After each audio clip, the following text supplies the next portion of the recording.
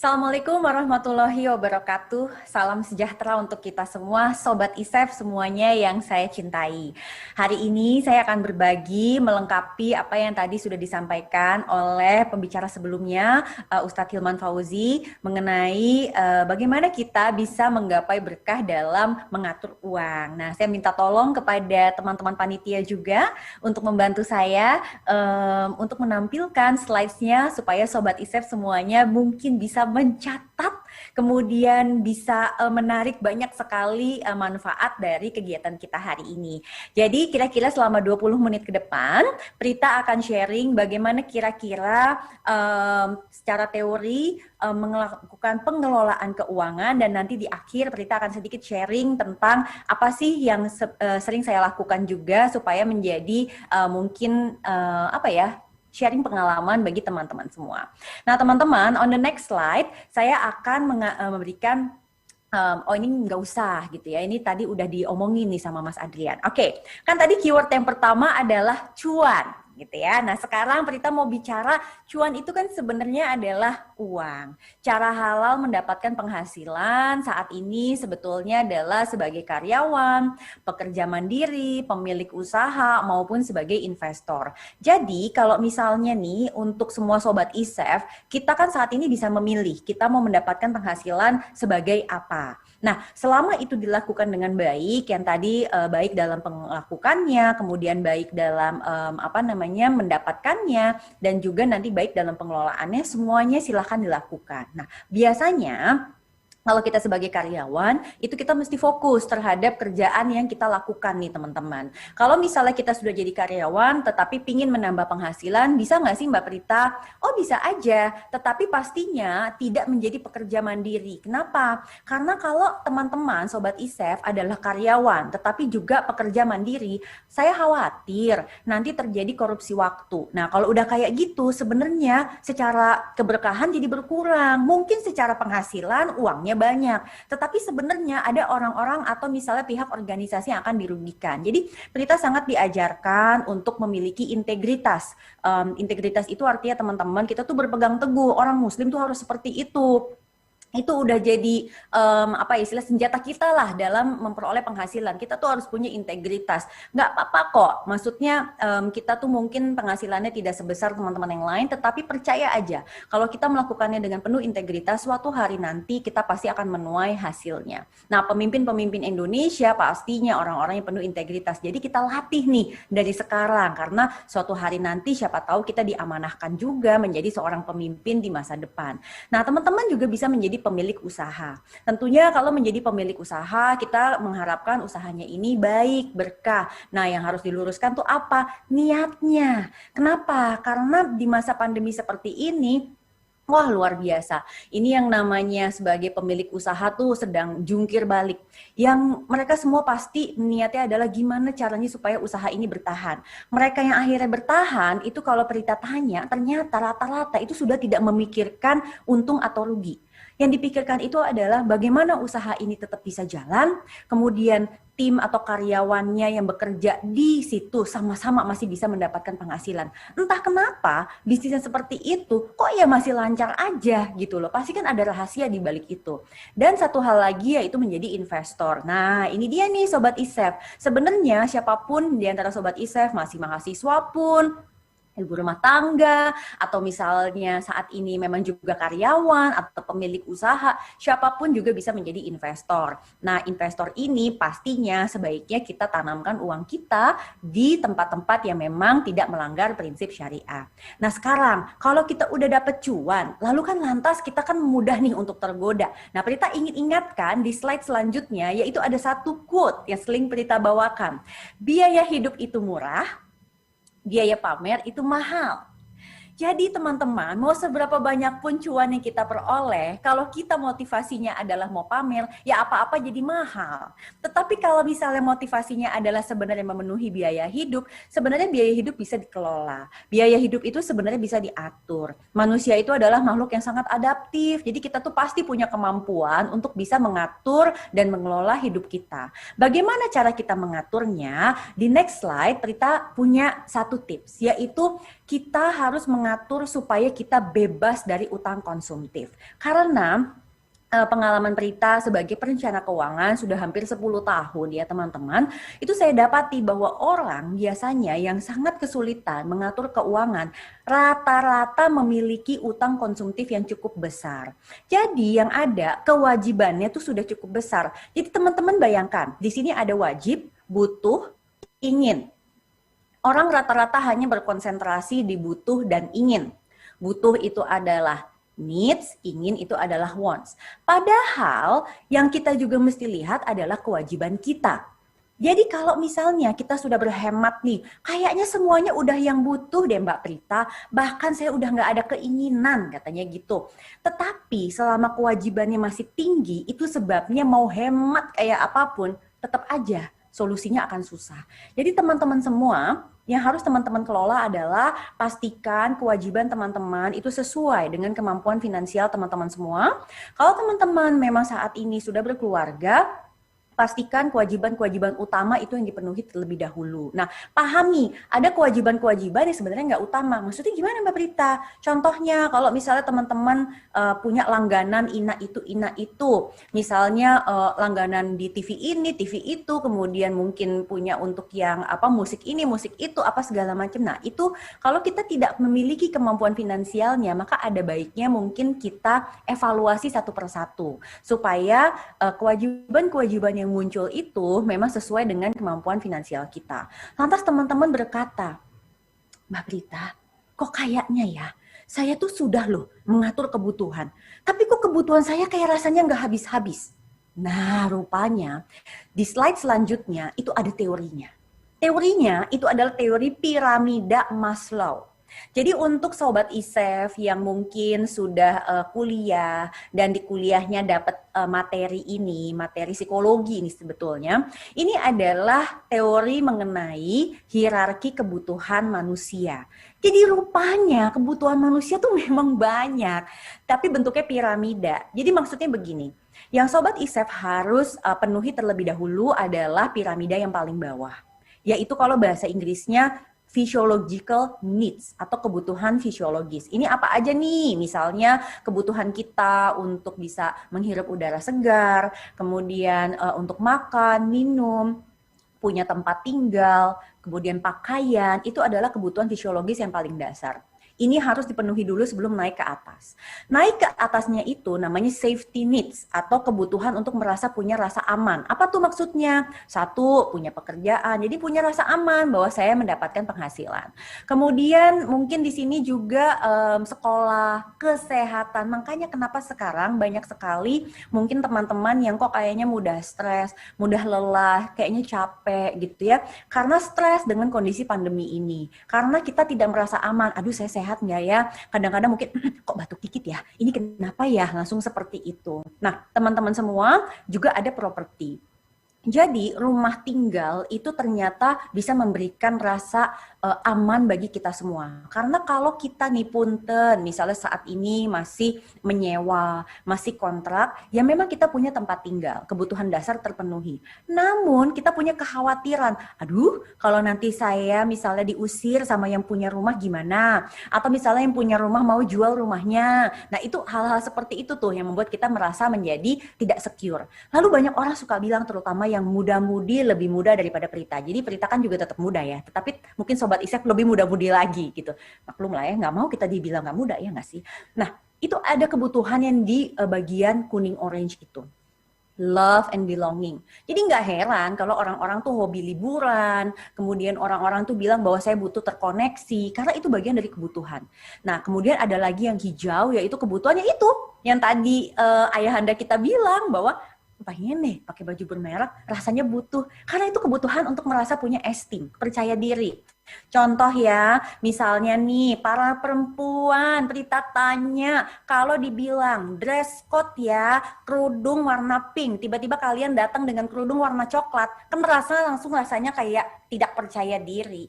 Saya lihat ada beberapa orang yang kayak ketawa-ketawa nutup begitu gitu kan ya. Karena itu mungkin pernah terjadi pada dirinya gitu ya. Dibilang dress code-nya pakai pink, dia datang pakai coklat gitu. Jadi dia langsung merasa tidak, aduh saya kok tidak belong ya di grup ini gitu ya. Apalagi mungkin pengajian gitu ya yang hari ini semuanya pakai baju warna ini ya, tiba-tiba dia datang salah sendiri gitu kan, beda sendiri. Katanya dia bilang hari ini temanya pelangi, jadi baju pelangi, tiba-tiba dia datang dengan apa, kaftan yang motifnya motif tiger gitu kan, dia waduh, dia langsung merasa tidak belong gitu ke situ. Nah itu adalah contoh-contoh esteem.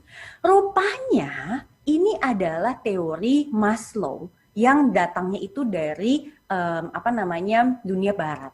Rupanya kita tuh sebagai muslim itu sudah lebih beruntung lagi. Kita mungkin nggak tahu aja bahwa ada, nah ini keyword yang kedua, yaitu bagaimana mengukur kebutuhan kita tetapi yang berkah. Itu di next slide, itu Prita menemukan, ini diajarin juga oleh, kalau kita di sini kan punya ayahanda, Pak Gubernur, Prita juga ada ayahanda kandung Prita gitu kan, yang ngajarin. Ayahanda Prita, Iwan Poncowinoto kebetulan sangat-sangat suka dengan tema mengenai ekonomi syariah. Beliau tuh bilang, baca nih buku. Katanya lihat nih, konsep hierarki kebutuhan Makosyid Asyariah. Pakai ini, kamu pasti akan mudah. Jadi ini bakal lebih simpel. Cuman berbicara daruriyat, hajiat, dan tahsiniyat. Jadi pada prinsipnya, kita tuh kalau yang di bagian bawah, menurut Islam, kalau kita tidak memenuhi kebutuhan 5 ini, maka sebenarnya hidup kita tuh bakal hancur berantakan. Istilahnya mungkin kalau tadi bilangnya adalah tidak berkah gitu loh. Kayak hancur berantakan. Jadi kita sudah punya kebutuhan menjaga agama, kebutuhan menjaga jiwa, menjaga akal, menjaga keturunan, dan menjaga harta. Jadi memang ternyata itu merupakan 5 kebutuhan utama kita. Nah, untuk memenuhi itu, maka nama ilmunya adalah perencanaan keuangan. Orang langsung pada banyak yang bilang, saya kepingin dong mencapai kebebasan finansial. Nah, bisa. Tetapi kebebasan finansial itu sebenarnya ada langkah-langkahnya. Di slide selanjutnya, Prita tampilkan nih. Langkahnya ada 7. Tetapi karena kita adalah umat muslim, kita bilangnya bukan bebas finansial, tetapi tetap sejahtera. Karena ya, antara cuan versus berkah, ini juga waktu itu pernah ada nih di Instagramnya Prita. Kalau kita ngejar cuan aja, dapat si cuan, tapi ya udah that's it. Tapi kalau kita mengejar keberkahan, kita mengejar sejahtera, maka dipastikan di dalamnya cuannya juga mengikuti.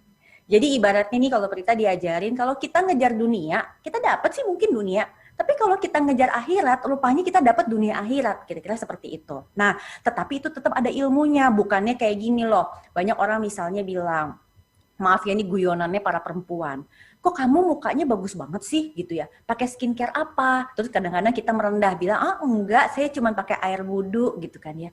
Ya kan ya bohong lah ya, kan pasti kita lah pakai tabir surya, atau kita misalnya pakai bedak gitu, harus dibersihkan juga, itu kan juga bagian dari ikhtiar kita. Nah sama, ikhtiar kita adalah punya rencana keuangan, kemudian kita harus menghapus utang, berikutnya punya dana darurat, berinvestasi, baru membangun aset aktif. Banyak orang langsung loncat nih ke investasi, padahal dia itu harusnya menghapus utang dan menyiapkan dana darurat terlebih dahulu. Supaya apa? Kalau terjadi kondisi-kondisi yang tidak terduga, dia masih sanggup untuk bisa bertahan hidup. Nah, setelah dia membangun aset aktif, ini sebetulnya adalah untuk masa pensiun kita. Karena kita nggak tahu Allah kasih kita usia sampai kapan, dan kita butuh menerima penghasilan pasif. Pada saat kita bisa menerima penghasilan pasif, maka insya Allah kita mencapai yang namanya tetap sejahtera. Dan pada saat keluarga kita tetap sejahtera, maka kita pasti tidak menyusahkan orang lain. Dan kita bahkan bisa memberikan manfaat kepada orang lain. Nah itulah kenapa pentingnya buat kita memutus rantai generasi sandwich. Kita harus menggunakan perencanaan keuangan supaya kita bisa tetap sejahtera, supaya kita memutus generasi sandwich, supaya apa? Hidup kita menjadi penuh manfaat. Nah, ternyata kalau di syariahnya sendiri seperti apa fokus-fokus tujuan keuangan yang memang harus dipenuhi. Oke, di next slide itu ternyata ada beberapa hal, tapi kita coba rangkum menjadi 6 hal.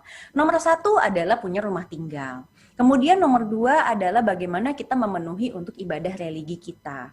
Nomor 3, pada saat sudah ada anak, ya harus berani bertanggung jawab. Maka anak ini harus di-provide dana pendidikan. Kan tadi waktu di Makosyid Asyariah, salah satunya juga menjaga keturunan. Maka ini memang menjadi penting sekali. Kemudian kita harus menjaga masa depan kita, supaya tidak menyusahkan orang lain juga. Dan ini adalah dana hidup masa depan. Lalu pasti kita ada masa-masa sulit yang kita tidak bisa kendalikan. Maka dari itu kita perlu memiliki dana darurat. Dan yang terakhir, gimana sih supaya hidup kita tuh bisa bermanfaat? Ternyata kita tuh bisa melakukan yang namanya dana usaha dan sosial. Dan ini jangan pernah berpikir bahwa saya harus bikin bisnis. Enggak juga. Jadi rupanya kalau teman-teman melakukan investasi di pasar modal syariah, menggerakkan industri, itu ternyata berkontribusi menggerakkan perekonomian. Berarti di sini artinya uang yang kita miliki itu kita tempatkan dan kemudian di situ akan membantu perekonomian. Sesederhana juga seperti kemarin waktu pemerintah kita menawarkan surat berharga negara retail yang syariah atau namanya sukuk retail seri 13. Kalau kita punya uang, kita beli sukuk retail 13 itu, uangnya buat apa? Rupanya pemerintah gunakan untuk mendanai APBN supaya mendukung PEN, program yang pemulihan ekonomi nasional. Siapa yang menikmati? Ya seluruh rakyat Indonesia. Jadi kebayang nggak bahwa memang di syariah itu memang udah diminta nih untuk kita menyisihkan uang supaya kita bisa berinvestasi, dan yang paling bagus juga investasinya bukan cuma buat diri kita sendiri. Ternyata pada saat kita menolong semuanya, kitanya pun ikut kebagian. Seperti yang di sukuk retail 13, kitanya kebagian kupon gitu kan. Nah, ini adalah teknik-teknik dalam fokus tujuan keuangan syariah. Nah, sekarang Prita mau berbagi sedikit nih. Karena kan kebetulan Prita mungkin usianya di antara sobat-sobat ISEF yang muda-muda banget ini, itu kakak lah di sini ya. Di sini jadi kakanda lah, bukan kakanda ya, apa ya istilahnya, ya Mbak Yu lah, kalau aku orang Jawa soalnya, Mbak Yu. Ini cerita Prita dan tujuan keuangan. Jadi pertama nih pada tahun, ini tahunnya nggak keluar ya, jadi saya cerita aja dikit. Jadi di foto yang paling kiri atas, itu Prita dengan anak Prita baru lahir. Di situ usiaku pada saat itu baru 24 tahun. Jadi kebayang nggak itu namanya umur 24 tahun, punya anak, ya Allah, ngatur keuangan tuh susahnya luar biasa. Kemudian di masa muda seperti itu bergejolak kan, banyak maunya gitu kan. Kemudian Prita misalnya nggak puas lah dengan pekerjaan saya, udah saya keluar aja. Kemudian saya diamanahi usaha yaitu Zep Finance, yang mana saya mulai kelola dari tahun 2009. Wah, awalnya gitu kan bangga gitu, lama-kelamaan, berbisnis ternyata tidak semudah itu ya, tidak seperti kita bekerja di perusahaan. Wah, ini luar biasa tantangannya. Lalu di saat bersamaan juga mau memenuhi tujuan keuangan yang memiliki rumah tinggal. Itu tahun 2010. Jadi bayangin aja, dalam kurun waktu yang pendek itu harus memenuhi hal-hal seperti tersebut. Nggak kebayang, kalau tidak pakai perencanaan keuangan udah nggak tahu deh kayak gimana. Terus suami mengingatkan, kita daftar haji yuk. Ya Allah, saya bilang gitu, lagi pusing bangun rumah, ini lagi masih mau daftar haji juga gitu. Pada saat itu rasanya tuh kayak nggak percaya gitu kan. Nah, disinilah teman-teman semua, bahwa rupanya sabar tuh penting banget. Dan sabarnya orang Islam itu bukan diam. Sabarnya orang Islam itu adalah penuh dengan usaha.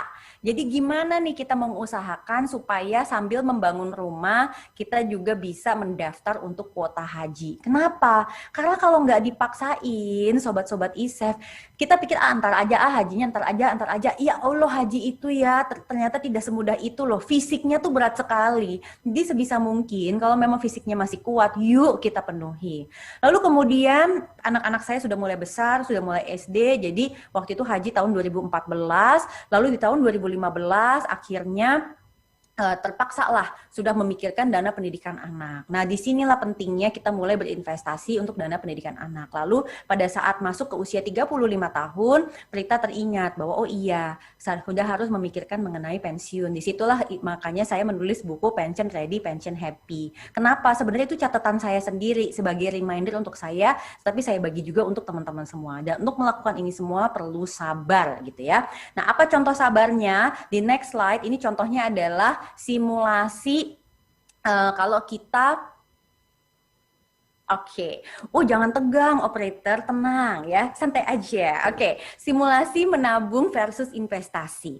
Jadi kalau kita misalnya mau menyiapkan haji, nah kita mesti sabar kan, mau dapat kuotanya aja juga kita mesti menunggu. Tetapi dalam sabarnya itu kita juga mesti tetap berusaha ya. Jadi kalau menabung, contohnya teman-teman sobat ISEF bisa menabung bisa 1 juta per bulan. Atau kalau memang dapat warisan, dapat bonus dan lain-lain, nah sobat ISEF bisa sekali sekaligus itu nabung 58 juta. Wah, berat sekali Mbak Prita. Oh ya udah, berarti alternatifnya bisa berinvestasi. Nah, kalau investasi misalnya setiap bulan menabungnya 870.000 investasinya, kalau sekaligus itu 43 juta rupiah. Nah, ini adalah contoh ikhtiar kita dalam mencoba menabung dan berinvestasi. Nah, sekarang yang terakhir adalah triknya. Bagaimana mengelola uang dalam keberkahan. Oke, on the next slide. Kita kasih triknya dalam mengelola uang. Nah, trik yang pertama adalah, next slide, Zapfin. Jadi Zapfin ini adalah suatu pos alokasi yang Zep Finance ciptakan, yang sebenarnya itu sudah sesuai sangat dengan syariah. Jadi Z-nya itu zakat, A-nya itu assurance, P-nya present consumption, F-nya future spending, I-nya investment. Jadi teman-teman tuh mesti paham bahwa uang yang kita punya itu memang harus kita bagi-bagi. Nah, sekarang pembagiannya seperti apa teman-teman semua? Di next slide, Prita kasih nih, kira-kira komposisinya seperti ini. Nah, ini kan memang idealnya. Tapi kalau misalnya teman-teman bilang, "Duh Mbak Prita kok kayaknya berat banget ya?" Nggak apa-apa, catat aja dulu ya. Nanti pada saat memang sudah bisa dikerjakan, ya teman-teman harus kerjakan. Nah teman-teman, kita start dari zakat dan sosial, itu kita bisa alokasikan sekitar 5% dari pemasukan kita.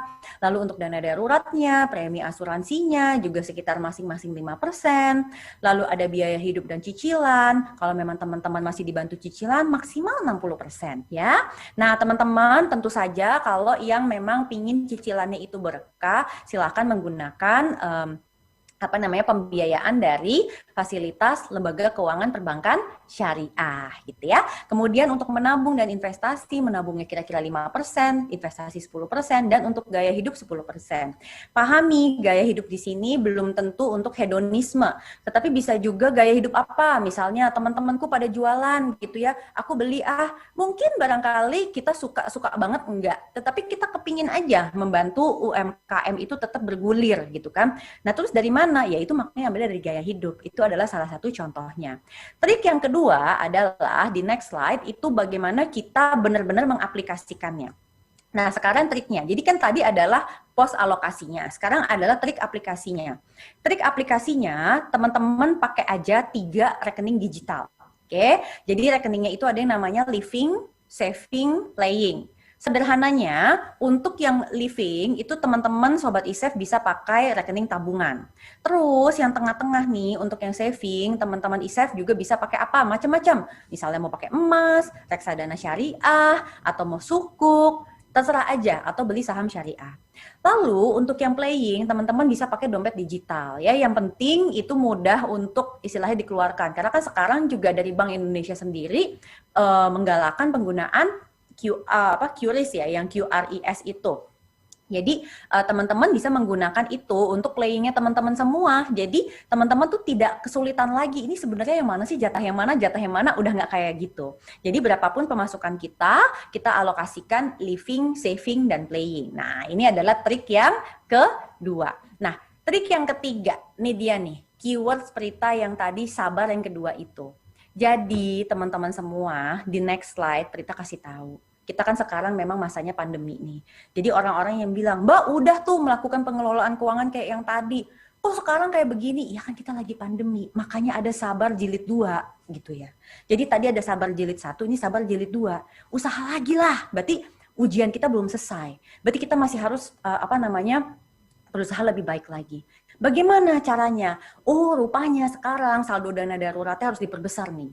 Kalau dulu itu 12 kali, mungkin cuma 3 kali pengeluaran rutin bulanan, sekarang jadi 12 kali pengeluaran rutin bulanan. Ya, jadi teman-teman semua, Sobat ISEF, yang namanya kita mau menghadapi masa-masa yang bergejolak, maka tugas kita itu tidak boleh menyalahkan siapapun. Tidak boleh menyalahkan pemerintah atau menyalahkan tempat kita kerja, itu tidak boleh. Tetapi bagaimana kita berikhtiar supaya ketahanan finansial kita tetap bisa bagus dan bertahan. Nah, ikhtiar yang berikutnya di next slide adalah prioritas SIP dalam menghadapi new normal. Jadi, ini adalah bagian dari sabar jilid 2, teman-teman tetap saving, teman-teman tetap investing, dan teman-teman tetap harus membeli protection. Jadi ini adalah senjata kita nih di saat masa pandemi yang sedang bergejolak seperti ini. Kita tentu sama-sama berdoa ya, semoga pandemi ini cepat selesai. Tapi pun kalau misalnya memang masih kita jalankan, ya ini memang merupakan PR bersama-sama dan kita tidak perlu menyalah-nyalahkan orang, kita kerjakan apa yang bisa kita kerjakan.